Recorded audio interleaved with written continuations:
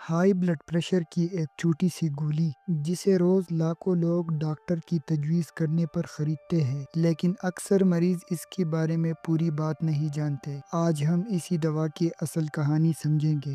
تو بات کرتے ہیں زوڈیپ ٹیبلٹس کے بارے میں۔ اس کا جینرک فارمولا املوڈوپین ہے۔ بات کرتے ہیں اس دوا کی یوزز کے بارے میں۔ Blood pressure. یہ دوا بلڈ پریشر کو کم کرنے کے لیے استعمال ہوتی ہے۔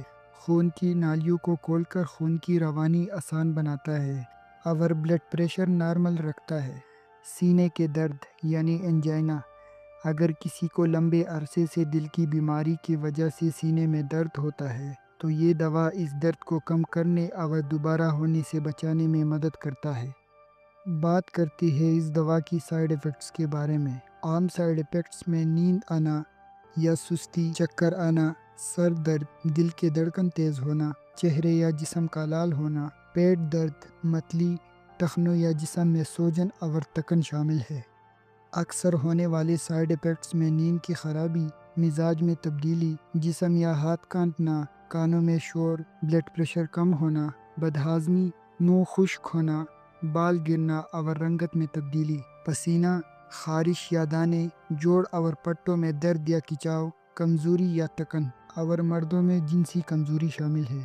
کچھ حالات میں اس دوا کا استعمال نقصان دے سکتا ہے۔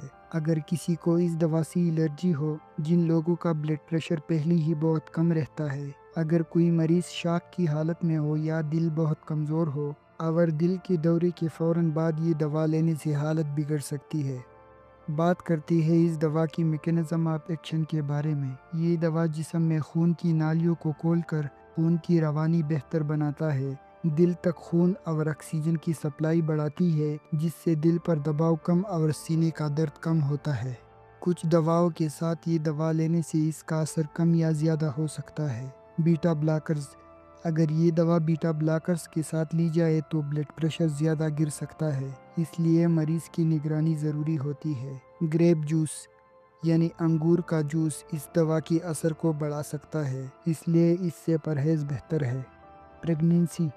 حمل کے دوران یہ دوا صرف ڈاکٹر کے مشورے سے استعمال کی جاتی ہے، اور دودھ پلانے والے ماؤں میں یہ دوا لیتے وقت دودھ پلانا روکنے کا مشورہ دیا جاتا ہے۔